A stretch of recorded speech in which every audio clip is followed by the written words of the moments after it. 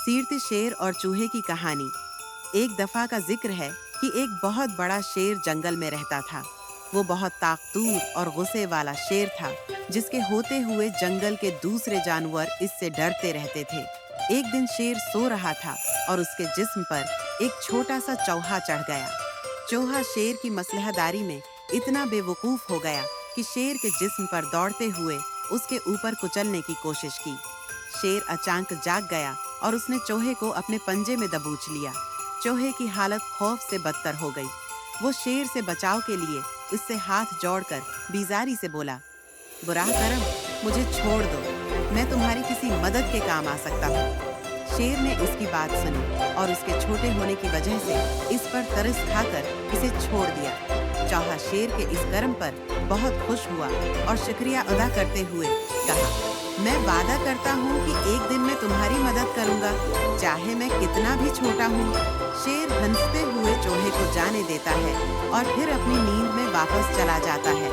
कुछ दिन बाद शेर को शिकार के दौरान एक जाल में फंस जाने की तकलीफ बर्दाश्त करनी पड़ी। इसका जिस्म जाल में फंस चुका था और वो आज़ादी हासिल करने की कोशिश कर रहा था, लेकिन जाल बहुत मजबूत था। शेर ने बहुत जोर लगाया, लेकिन जाल न टूटा।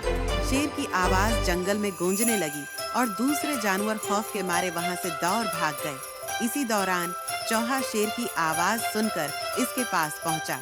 चूहे ने फौरन शेर की गिरफ्त से जाल को खींचना शुरू किया। उसने अपनी छोटी छोटी दांतों से जाल के धागों को काटना शुरू किया। बहुत मेहनत के बाद चौहा जाल के धागों को काटने में कामयाब हो गया और शेर आजाद हो गया। शेर ने चूहे को शुक्रिया अदा किया और कहा, तुमने कहा था कि तुम मेरी मदद करोगे और आज तुमने अपने वादे को सच कर दिखाया।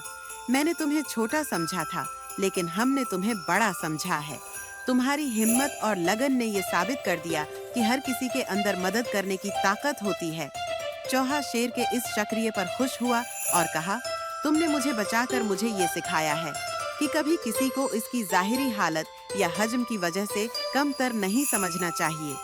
इसके बाद शेर और चौहा एक दूसरे के अच्छे दोस्त बन गए और दोनों ने एक दूसरे का ख्याल रखा।